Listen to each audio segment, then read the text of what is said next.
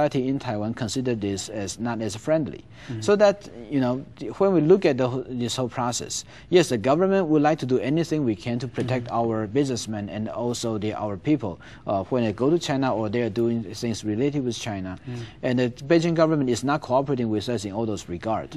But the Beijing government was also thinking about that if they can directly bypass the government by talking to the people and woo the people to their own favor. And eventually what we found out, this tactic is also backfiring against them. Yeah. Well, all those things we just talked about have to do with the rise of China. So when we come back, we'll talk about the rise of China and your party's position, is responding to China's rise. And let's take a short break and stay with us.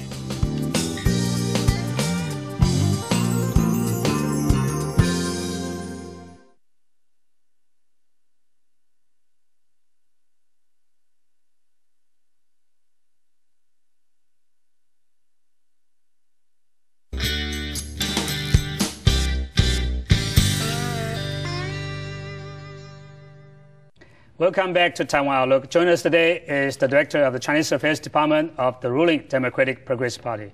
Yi-Zhong, we've been talking about all those issues related to Taiwan's interaction with China, but that has to do with the rise of China. What is your party's views about the rise of China? Is that a peaceful one or is that a aggressive one? Yeah, I think the rise of China right now, that it is still a very mixed pictures. That economically, it is prospering, but politically, it is still authoritarian and the refusal of a political reform. Especially about year 2005, when China released its political reform white paper, and it talked nothing about how to engage democratic reform.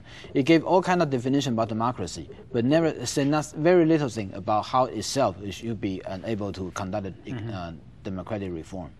And security, that China is in a world where there's no major threat. The Cold War is over, and even the so-called anti-terrorism. Well, to China, they believe that's a U.S. problem. And for the North Korean nuclear issues, China believes that's a Japan and U.S. problem, not Chinese problem. So that China is actually in a state of fear that it faces actually no external threat. But then China continued to raise the military budget annually for double digit in the last 15 to 20 years.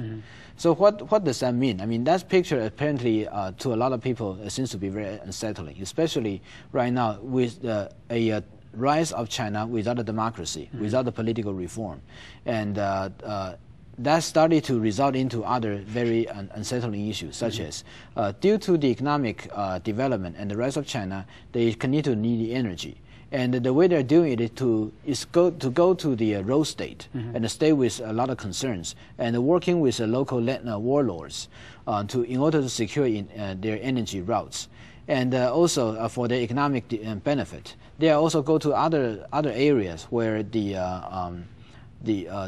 so-called fair competitions is wiping out I would say the unfair economic competition is wiping out the factories from Spain, from Mexico, and all the way to El Salvador and other places.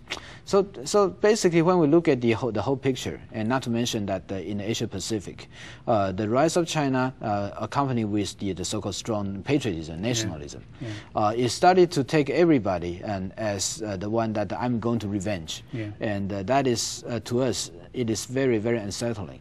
So that we are still hoping for China to be able to be a responsible stakeholder.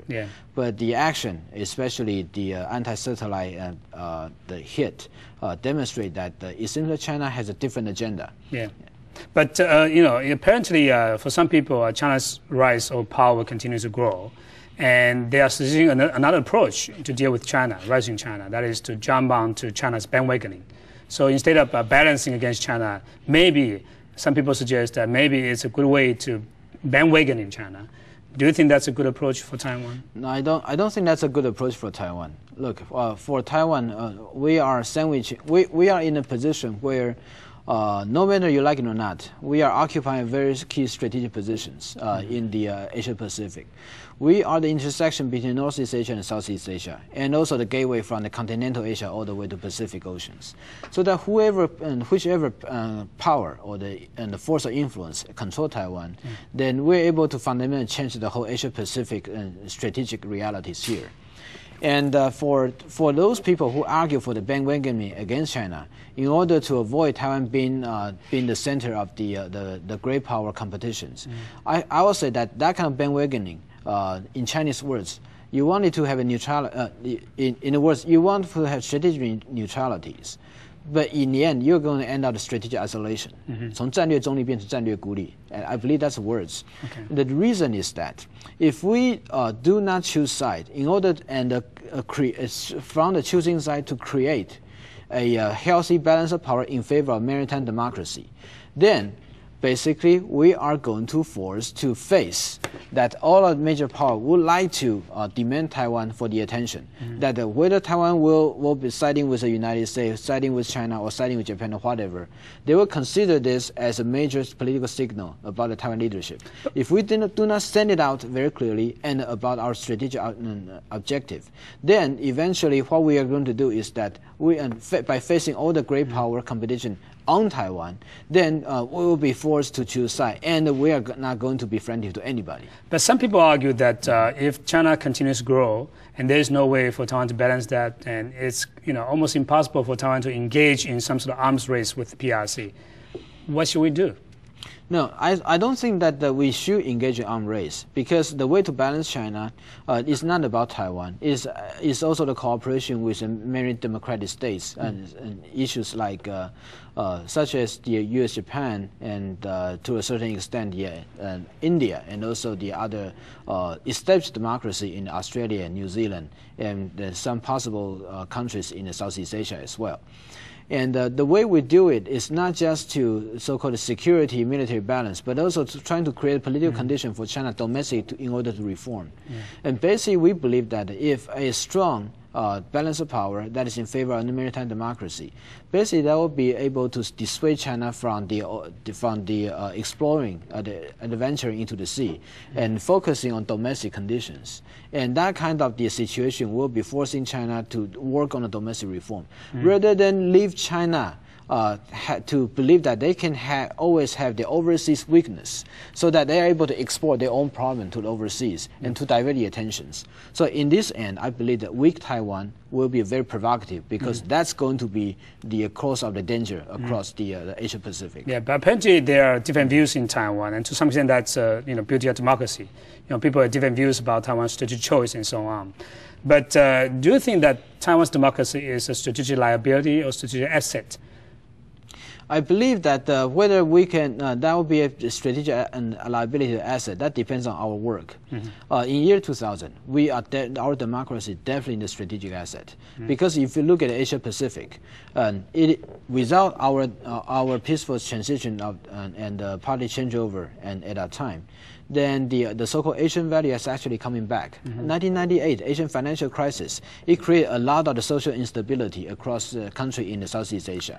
And the liberalization, the trend for liberalization is going backwards. Indonesia was then busy with itself.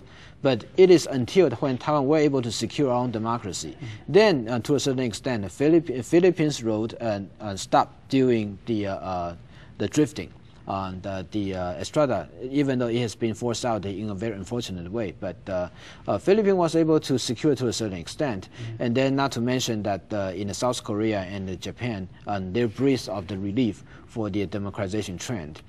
But if we are, as I'll say that in the last 2 or 3 years, that the internal unity wasn't able to solve, and also our democracy, all the problems that we are facing in the last several years are not able to have the resolution about it, then the people will continue to see Taiwan democracy as a problem. A problem not because what our people's general desire for democratic Taiwan, but because our democracies can show to the Chinese people used by the Beijing government to tell their people that the democracy is not good for the Chinese culture. All right, and also if our democracy is not able to function well, then we are going to see that the whole Asia Pacific, the real democracy that is actually working is only 2 countries left. That is Japan and Australia. Thailand last year just experienced a military coup, and Indonesia is still trying to recover, and the Philippines is drifting even further. So that I would say that for us not to have a good democracy, we are going to send a signal, not just to the world that our democracy is not going to be the model for the Chinese political reform, but also it has a geopolitical implications that in the Asian value could be able to come back, and we have to stop it. But does your party do anything to show to the international community that your party is responsible or will be helpful in helping China transform into a democracy? I believe that our party has been doing all the things that we required to do, that we have been helping the Chinese dissidents, and we are also in a way to express our public concern about Chinese domestic human rights as well as political reform conditions. And we are willing to engage with China on the political reform if they want it. And not to mention that in Taiwan publicly, and especially in the last several days, there was a big conference about the Democratic World Democracy Forum, which means that in Taiwan's view, we believe that democracy in Asia Pacific should unite together in order to advance the common democracy and solve the problems among each democratic state facing, and also to help the country that has yet to go to the democracy to have the courage to go to the democracy and to solve the problem. And Taiwan has been advocating and doing this in the last several years. In addition to this World Democratic Forum that was held in last several days in late January, we also established the Democratic Pacific Union, and that is another initiative that Taiwan was doing. You could argue whether those initiatives are effective, but you can never accuse Taiwan for not doing. Yeah, but have you been cooperating with any groups inside China and trying to help them to be even though we are working for something, I cannot tell you. How about in cooperation with other countries in pushing for the reforms in China?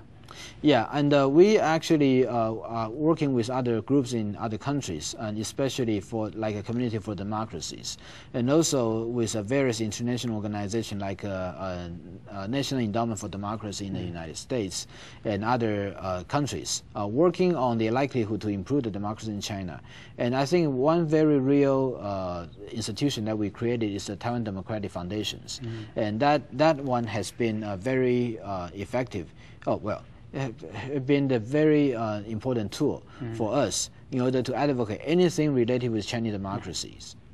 In this coming year, there will be two important elections in Taiwan. The legislative election, probably in the end of this year, and the presidential election for year 2008.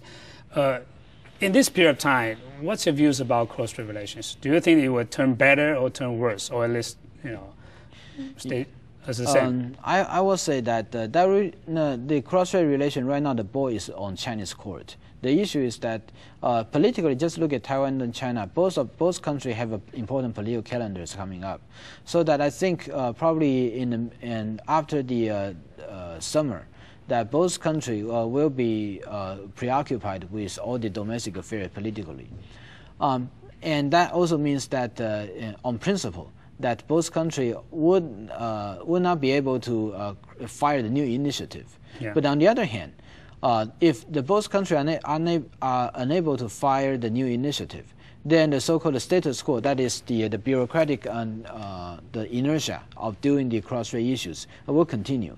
And the way that we look at it is that last year, the Chinese foreign ministries, their action of continue to blockade Taiwan and take out Taiwan's diplomatic allies, that basically will go unabated. And so the unfortunate event like taking out Taiwan's diplomatic ally in Chad, designating the time precisely when our Premier Su was in Chad, I think that kind of action probably will happen. And it is those things that probably those are not very initiative from the top, but since those bureaucratic inertia will continue to do that, and that will be harming the cross-strait relationship. Yeah, Dr. Lai, Director of the Chinese Affairs Department of the ruling Democratic Progressive Party. Thank you for coming to our program. Thank you. Thank you. And thank you for watching Taiwan Outlook, and see you next week.